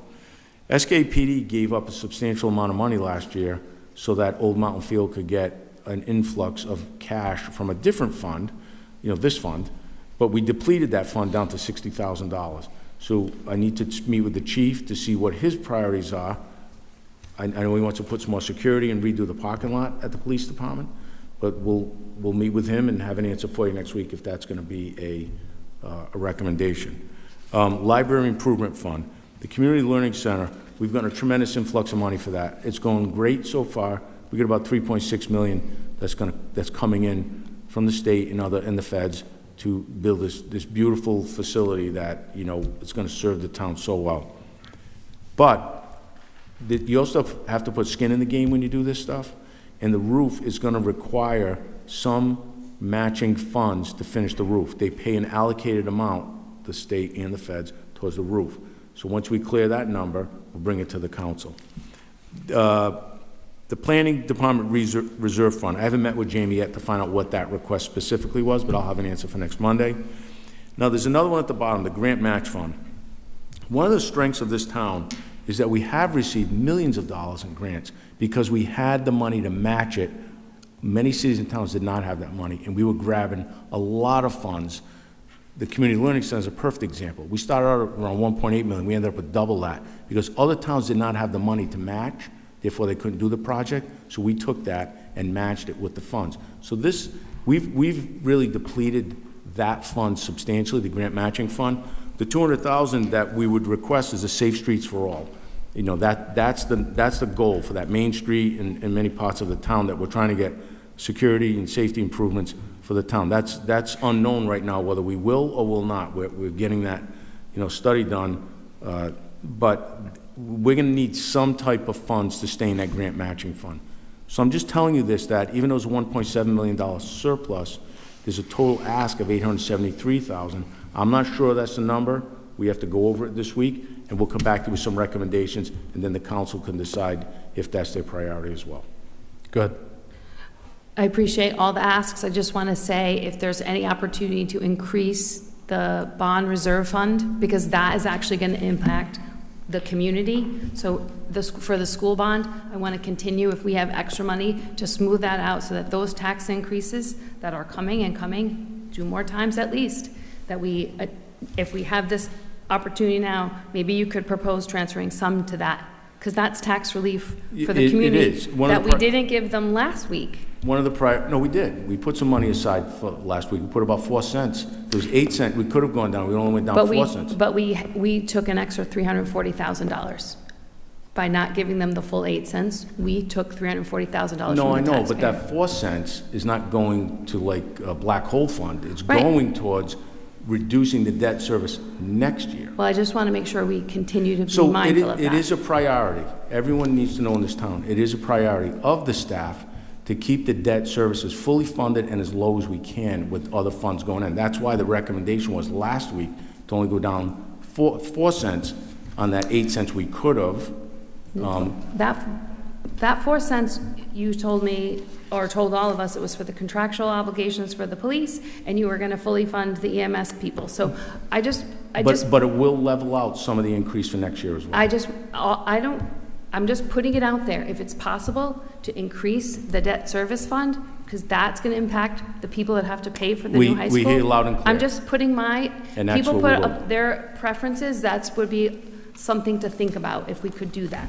Because that's really meaningful to the community. Yeah, I assure you, Brian Sylvia's priority. Let me just respond to Yeah, that. go ahead. At this time, the finance director is not here. The most competent person Correct. to be able to respond to that is not here. I'm So we not can asking wait him to do to it. deliberate and I'm giving discuss him and an debate idea. at the next meeting. I'm giving a This suggestion. item will come up. I didn't And we say hear any you. amount. I just said, this is something to think about. As they fund the library or the police, that's another area that they could look at. That's all. All right. They could say no, but I'm just asking them to look. That's all. Any other questions for the manager on this? Nope. All right. Thank you, Jim. All right, it's going to move us to communications item 5A, an email dated May 30, 2025 from Dorothy Hill, South Kingstown Bicycle Pedestrian Advisory Committee requesting safety measures for pedestrians and bikelists on Green Hill Beach Road. Dorothy is not here tonight. I don't believe any representative of the BPAC is here, but Jim, I know you had a conversation last meeting. Go ahead. I did. Ms. Hill did not come last week. She had a prior commitment. She could not come. I don't even know if she knew about the meeting tonight. But the bottom line is I spoke to the representative from BPAC last week. So Chief Moynihan did a 3-page memo about the Green Hill Beach Road and what their requests were. So the road is 2.7, I'll give you the highlights, very high-level highlights. The road is 2.7 miles. It is a shoulder. It's a tough place to ride a bike. The shoulder is very small, and it's all private land on either side. So, what they would be asking for, bike lanes, if they were asking specifically for that, it's a very tough ask. But there's speeding issues on that road. There's speeding issues throughout town. Currently, there are 9 posted speed limits there. Chief Moynihan has made a recommendation that the speed limit signage go up additionally 5 more signs on that road to notify people that it is a 25-mile-an-hour speed limit. He also has advised his recommendation that there be a temporary deployment of a speed feedback trailer. So deploy a speed message board trailer facing the southbound traffic near 785 Green Hill Beach Road. Also, this solar-powered trailer will display real-time speed and collect traffic volume, so you can study exactly what's going on that road. He also noted Green Hill Beach Road is a narrow roadway. Like I said, safe placement of the trailer is challenging, but there have been people that came forward and said you can put it on my property. But of course, well, before I jump to that, he's also attempting to purchase another one for $7,600, a new speed sign, which is a permanent solar-powered speed feedback sign. That's one of the things he truly feels could be a deterrent in town, where you're getting instant feedback on how fast you're going. But also, it just comes down to this. We can do all this speed stuff, signage, everything, so forth. It's still going to come down to enforcement. And the chief, I've talked to him about this. He does get federal funds, a lot of federal funds, through the Rhode Island DOT for traffic enforcement, and they're used all through town. I notice them all the time, the motorcycle unit, everything.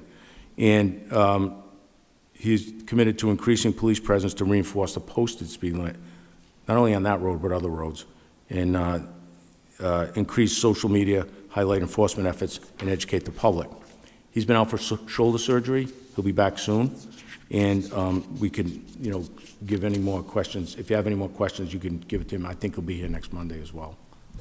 All right, thank you, Jim. Go ahead. Question, Jim. You mentioned that the trailer collects data. Volume only, or does it also collect speed? Speed and volume. Speed and volume, okay. All right, Jim, do any of those actions require an act of the council, or that can just go ahead and happen? No, you do not need to give action on this. This is something, these are the recommendations by the chief. I've looked at them, and I think that it's very prudent that he move forward with his plan. Okay. Go ahead. I just want to say, for the people who are watching at home, if you feel like traffic speeding is a concern in your area, we did get a number of emails and communications from residents. You can do the very same thing, and we can potentially look at whatever concerns are in your area. I know we had concerns from residents at Liberty Lane who lost their dog, and they came here. So I just want to invite the public to continue to communicate either with the council or with the town manager or the police chiefs, so that we can be responsive to concerns and issues. That's all. I would agree with Councilwoman Bergner. At the the last BPAC meeting, 50 people showed up from the Green Hill Beach Association, and then BPAC made this recommendation, and we acted. And I would just echo to Councilwoman Bergner's point. If you have a problem, if it's speeding in your neighborhood, please reach out to us, and this is properly addressed. I mean, having feedback on speed and volume, and that's going to be great for getting the metrics of what we can do in Green Hill on these old horse roads. So thanks for letting us know, Jim. All right, that's now going to move us to public comments. Anyone in the audience who wishes to speak on any matter, I invite you to come on up. We just ask that you introduce yourself. We're going to limit you to 5 minutes.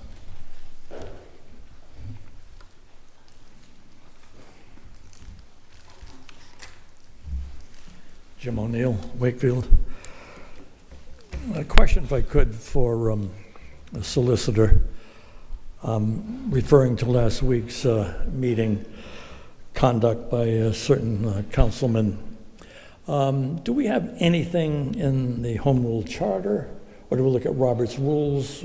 What's allowed for physical or verbal contact? Mike, I'm going to ask you to refrain from that question, and Jim, we're not going to take up that question this time. Can you just give me a soft reason?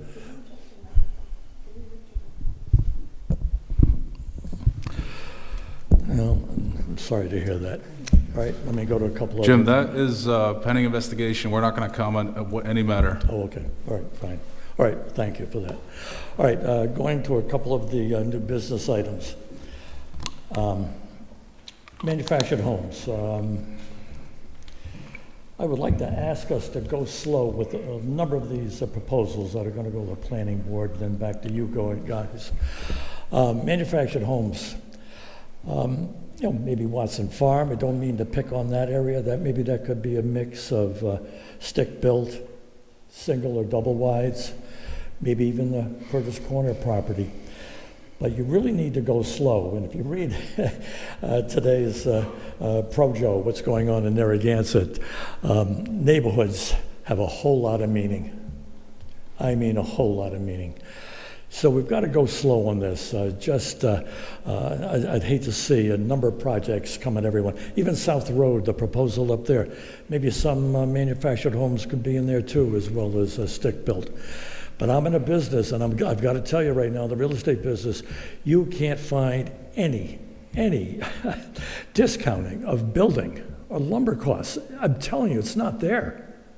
Absolutely not there. I wish I could tell you that it is, but it is not there. So that's my great fear when you see a lot of these properties, 1,600 square feet, looking to be built for 500, 600,000, and it's really frightening. And I'm sorry for that, but it is very frightening. Workforce housing, I can never figure out the definition of that. I've talked to a couple of large employees in town over the last couple of years. I can't get them to move on building something because they're worried that it won't be for just their employees, it'll involve others too. Will this be a dormitory kind of arrangement? Will this be a rental for the summer needs for our businesses, Christmas needs for businesses? There's always a specific time of year. Are we looking at year-round possible ownership? Because then you start involving affordable housing, the definition there, but we need folks, a lot of folks, hundreds of key businesses in town of people that, yes, some are sleeping in cars, some have a very difficult time finding transportation back and forth. Employees can't always count on them because of that issue. Anyway, I really wish we could get a definition of workforce housing. Is that what I'm talking about here? That we could get a business, help a business, pay for something, a building for his employees only. It would have to be a town-wide. So it's something that we've got to do. And my other worry here before I go is in all these conversations about South Road, Watson, the Wakefield School, we never talk about the property tax ramifications, the financial analysts that's needed here.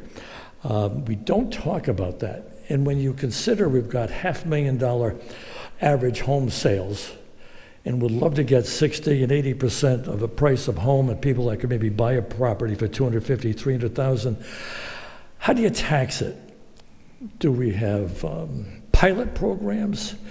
We have to be very careful here and go slowly. I know everyone's in a hurry to address this, but gosh almighty, we really have got to go slow. And I think the Projo article today with, we don't want to get the recall efforts here, although I'd love to have a recall effort with this guy. But I'm telling you, it's really going to bring out the pitchforks locally. So you've got to remember neighborhoods, the importance of neighborhoods. There are plenty of other places that they can be considered for either manufactured homes or a combination of both. All right, thank you. Thank you, Jim.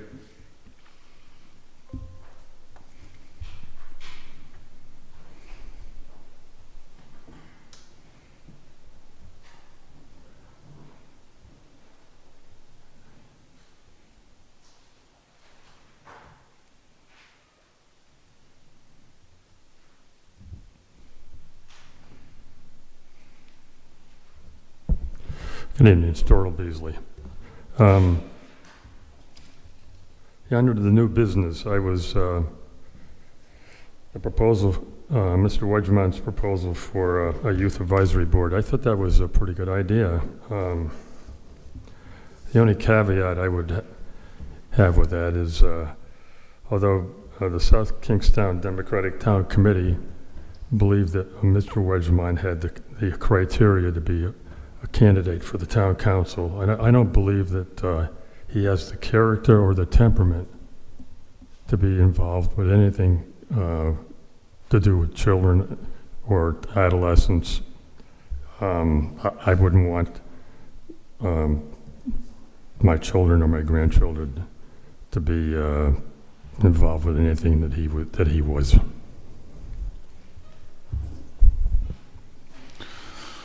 All right. Anyone else in the audience? Just come on up.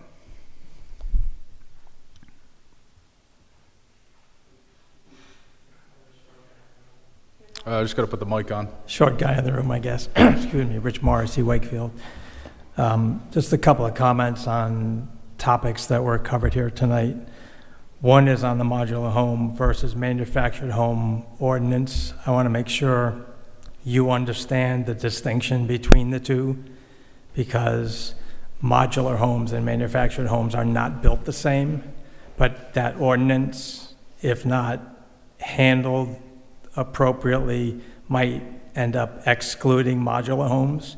And I've been in modular home factories. They are phenomenally built homes, better than a lot of stick-built homes that I've seen built and I built myself. So I would just caution you as you're looking at manufactured homes in that ordinance.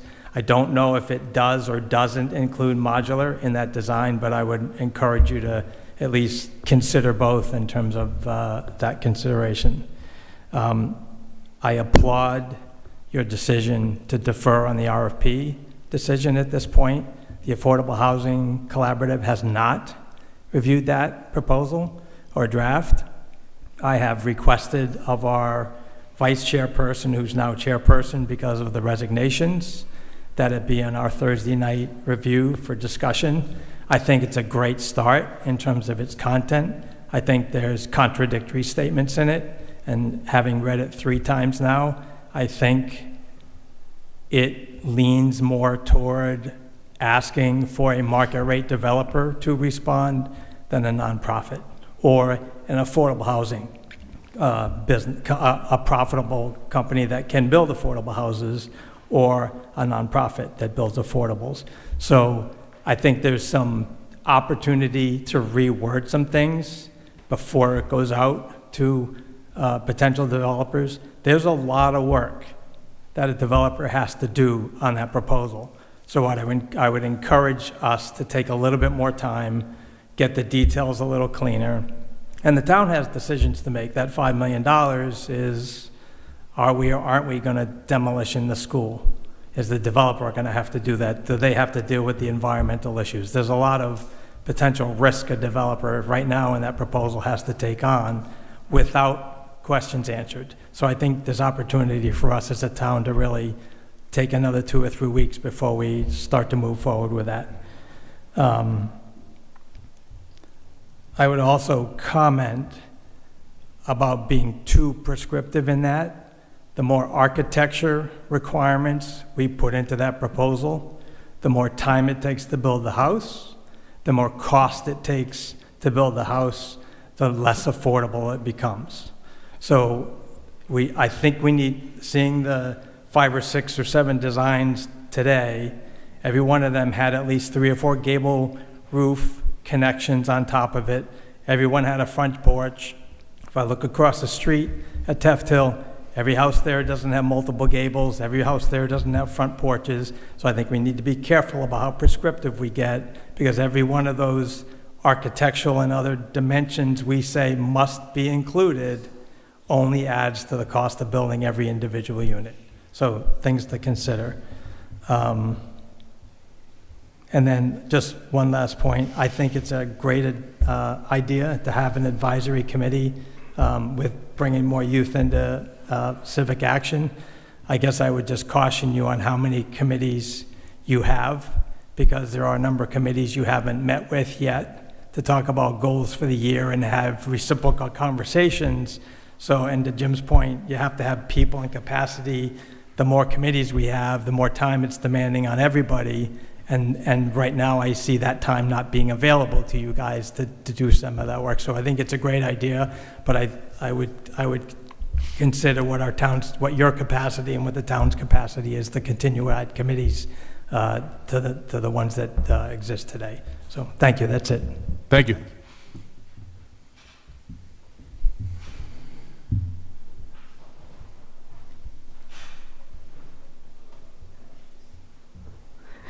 Jeffrey Hill from Wakefield.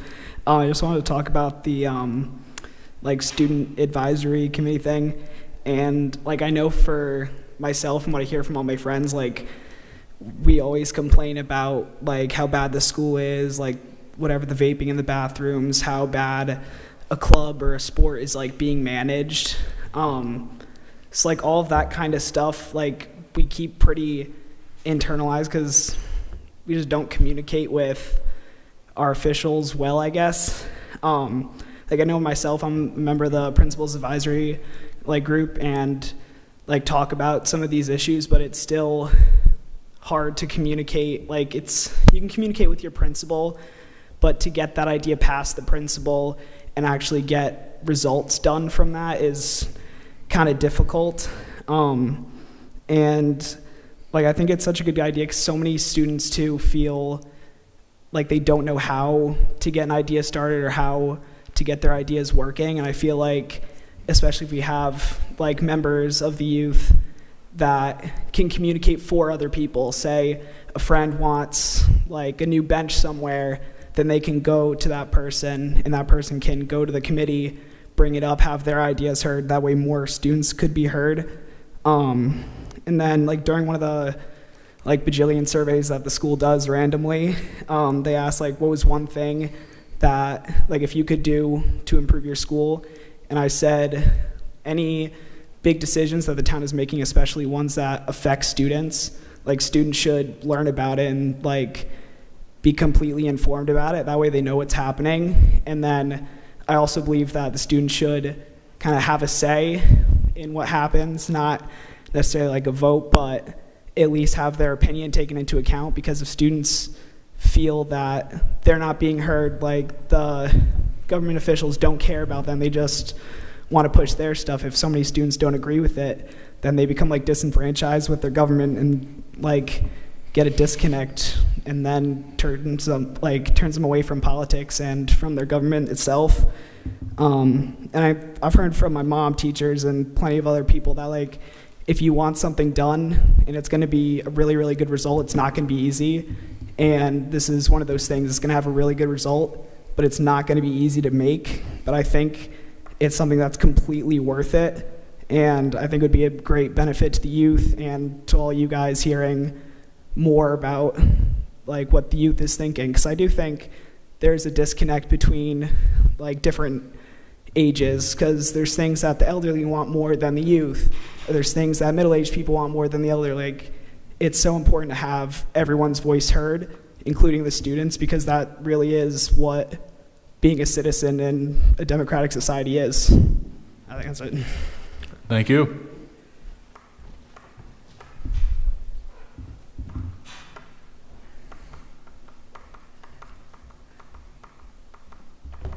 Roberta Mulholland. Thanks for getting up. It's hard to get up. It's hard to get up in this chamber. And sometimes you're not welcome. You've got to keep coming back. The Youth Advisory Committee or Board sounds like a great idea. Thank you, Councilwoman Bergner, for understanding, because of your experience, many years on this town council and many years involved in South Kingstown government and in this room and voting in South Kingstown. Everything our staff does. We have great staff, but we just have got to think about them. And I think with Mr. Wedgemont not having lived here or voted here or been in this chamber or in this town council, he might not understand everything that a small number of people do. So I think we need to be more appreciative. That said, it's great to see the youth here, and it would be nice to see them welcomed, but many taxpayers, voters, residents do not feel welcome in this council chamber because of behavior at that table. So kids, come to the meetings, but if they don't like you, you got to keep coming back. Thank you, Councilwoman Alley, for reminding everyone we're doing the affordable housing for our community. But remember, at every meeting I went to, they said that there can be no preference for the people who live here. So, we have to remember that, and I think we may end up being disappointed. I don't understand why you just don't bring in Habitat for Humanity. They have decades of experience, they have decades of success. They do what they do it well. If you look at their developments, they look nice. I don't know why that's just not been addressed. The last time I was here, I was informed we can get no responses from the town council. That concerns me. You can't discuss anything. Only one person can respond. A few meetings ago, Councilwoman Alley actually said she was not allowed to respond. That should not be. You know, we have a code in our charter, and it says, it's the policy of the town of South Kingstown that its public officials, elected or appointed, and its employees must, 1, adhere to the highest standards of ethics, 2, respect the public trust and the rights of all persons, 3, be open, accountable, and responsive to the people.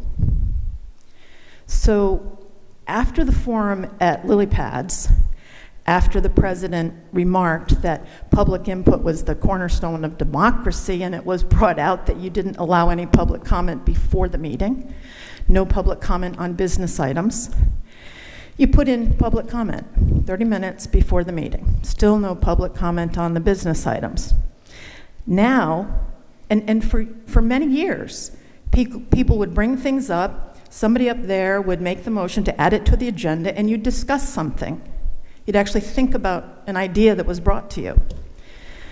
What you said at the last meeting is very disturbing, because open, accountable, and responsive. We should be able to come up here and ask what's going on in our town. Mrs. Alley, actually, you could see the frustration not being able to respond and saying all these things are going on behind the scenes. We have a right to know that. We have a right for you to tell us. And I think you have a right to say things and should not be shut down. Along that line, was a petition presented to the town council to incorporate Wakefield Elementary School property into the Saugatucket Park? Was that petition?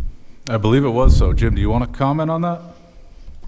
Was there a petition presented to the council that is consistent with what Roberta Mulholland said here? I don't have that answer right now. I'll have to dig into it. I don't have that answer right now.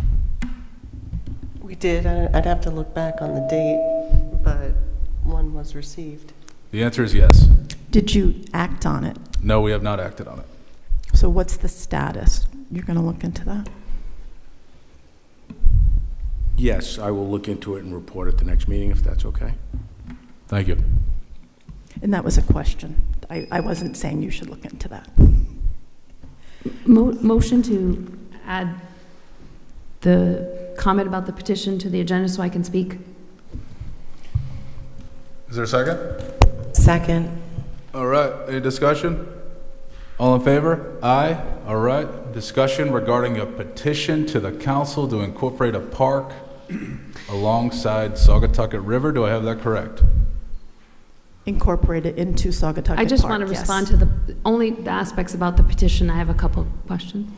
So I do believe that we were sent several emails from the organizer of the petition. And when I read through the emails, it was my understanding, and I'm happy to be wrong, that that they want all of the Wakefield school site to then be created into a park. So no housing, no development whatsoever. Okay. That's the petition I signed, yes. Okay. I think there were 642 people that signed that petition. Mm-hmm. Yeah. I would just ask that perhaps you put it on an agenda and let people come in and talk about it. I would like to do that when we start talking about the RFP for Wakefield School. I agree with that. Well, isn't that a little late? If you're talking about an RFP to develop housing on it, isn't that a little late? I don't mean to be argumentative. I think it's a little early to potentially consider, only having a park where Wakefield School currently exists, in that if we decide on that, potentially to only have a park, that precludes any housing. So they have to be happening in tandem, because we already have some sort of interest in moving toward a housing direction, but we haven't made any final determinations on that. We want to keep a park aspect. We don't know if we want the park to be the entire parcel. We want it to be at least part thereof. Right. But we haven't made a final determination as to the use of that property yet. So I always thought that the Wakefield School, we were going to have some public, we had been, I think you were there, maybe some public parking spaces and the playground. So it would, I always kind of think, in my head, I was like, we're doing some of both. We're probably going to keep some land and add it to the park, but then do some other part. I think it's hard because the force for recreation and the force from the community for affordable housing, those are going to collide at some point, right? And over and over again, we hear people who want to live here and can't buy a house, can't live here. Our EMS can't work here, or a nurse. So how do we solve that problem at the same time as listening to people say we want a park there? I would like you to add, in addition to recreation or workforce, the environmental impact. This is the only piece of property the town owns on the river that isn't covered in pavement. You're about to destroy Hazard Field, but clearly everybody knows it's there and they can use it. It's gone. You're going to have a field behind the school. There's going to be trees. This is a once-in-a-lifetime opportunity for the town of South Kingstown to maintain open, green space in this town for the people who live here. I don't live in town. I live out of town.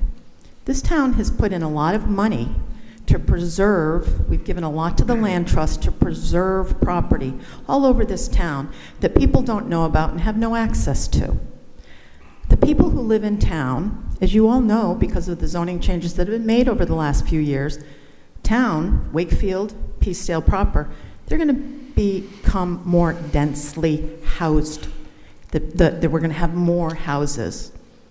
People who bought a house and think there's a house here and a house here are going to have a house and an accessory dwelling. They're going to have two on each side of them. It's a once-in-a-lifetime opportunity.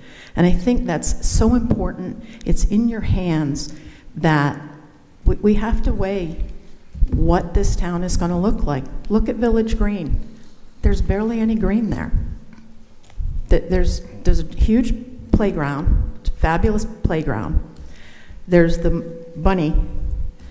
There's the tennis courts that have been there. They're great. I played on them. We also had an ice rink there in the winter. But there's very little green. So I just would ask you really to think about your legacy of making sure South Kingstown has a long, long future with that park. Thank you. Thank you, Roberta. Thank you. All right, it's going to bring us to the end here. Do we want to take up any appointments, or do we want to adjourn? We got appointments? Go ahead. Yeah, I have an appointment. Come on up.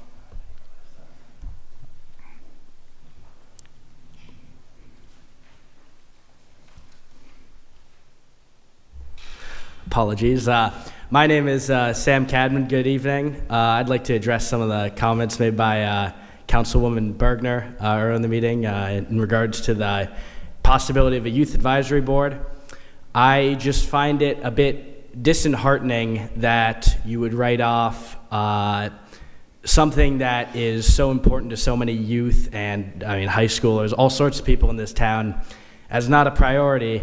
And furthermore, to write off, Councilman Wedgemont for thinking too much or having too many ideas, because I believe that the progress in this town can only be driven by people who think beyond what is just the current scope, to go beyond just being a reactionary politician focusing on the current hot topic.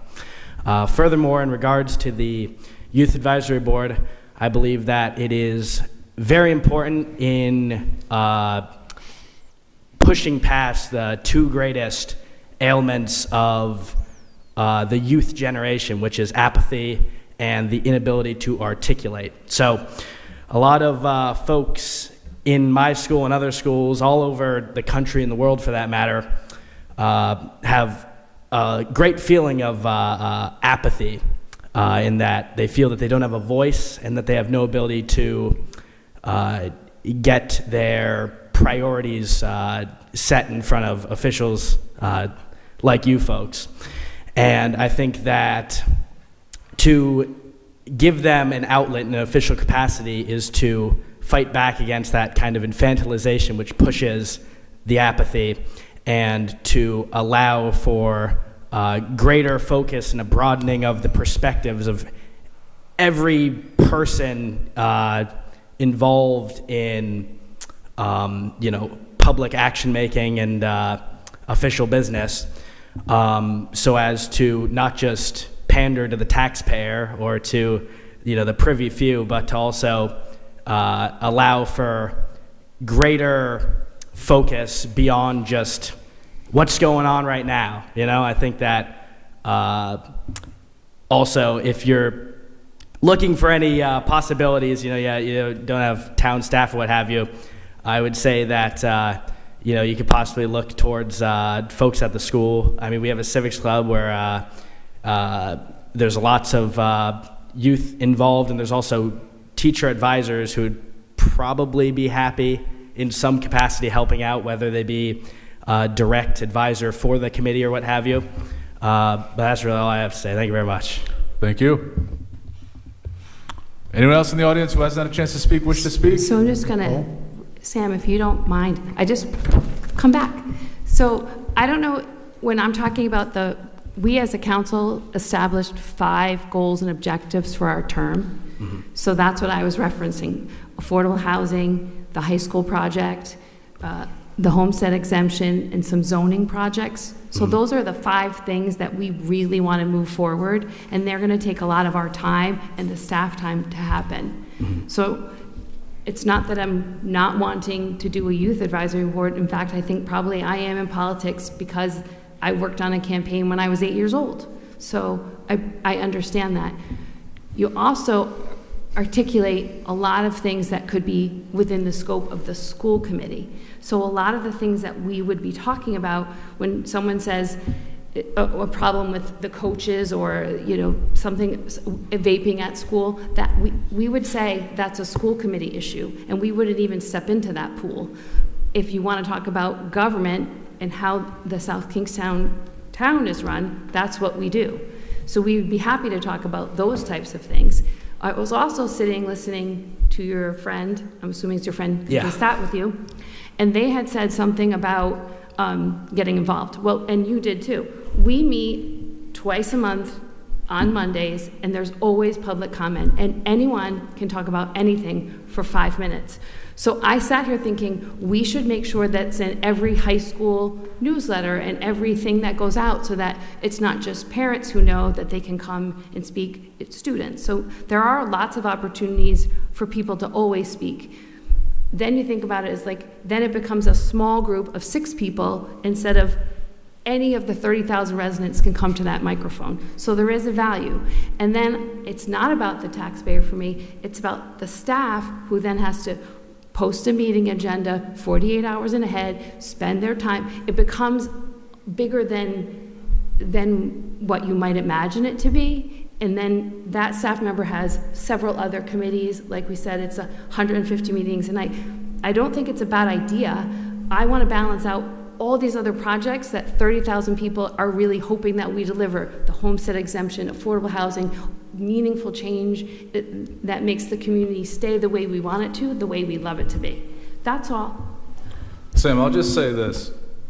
You're hearing one perspective, one member of 5, as to an indication as what they think on it and where they're likely going to vote on it if a vote comes up. We've directed the solicitor to give us the information to allow us to know the mechanism by which we can form the committee, appoint members, and allow that committee to have meetings and keep running. I think it's a good idea, but a majority of the council will decide that. And, I think you have an indication at least where 2 members are with respect to that. I hope it happens. We're going to see where it goes. I think it's great for the youth. I think it's great for young leadership. I think it's good for young people to get involved. But a majority of the council is ultimately going to decide what to do. As to whether there's enough staff or not, if we decide we want to do it, we'll find an alternative to using someone on the staff to do it. Ultimately, if we think it's in the best interest for the community, for the youth, for the kids, the students, we'll do it. But haven't decided yet. I still feel confident that likely a majority will move in favor to find a way to form the committee and allow you guys to get going. Yeah. I do have another idea that could be like a We're going stop. to talk about, do we want to add? Well, We're going to go on and on. I would love to get to appointments. All right, let's get to appointments. Thank you, Sam. Good job, Sam. I'd like to, Mr. President, appoint Kirk Brown to the Economic Development Committee. Yes, we did. He was last week. We got a motion. Do we want to do a series of? You got a number of appointments? We can take them all. I don't have the rest of them on top of mine, Okay. so if Mr. Vice President wants to do it, then I will rescind my motion. Subject to Nicole telling me I'm wrong. Brian Smith to the Affirmative Housing Collaborative, Affordable Housing Collaborative, sorry. David Stone, Bicycle and Pedestrian Advisory Committee. Michael Joyce, reappoint to the Building Code and Minimum Housing Code Board of Appeals. Kirk Brown to Economic Development, and Bettina Monaco to Historical Development. Second. Just Historical District Commission. I have just one correction. David Stone expressed that he was no longer interested. Okay. Yeah. Minus David Stone. Seconded. All right, we got a motion and a second. Any discussion? All in favor? Aye. All right, that passes. Do I hear a motion to adjourn? Motion to adjourn. Second. Do we want to take up the 250th appointment, Carol Stedman? That didn't happen at the last I'll make a meeting. motion to appoint Carol Stedman to the 250th Anniversary Committee. So- We Second. got a motion, second, any discussion? All in favor? Aye. Do I hear a motion to adjourn? We have a second. Any discussion? Are we sure about this? Yes. All right, all in favor?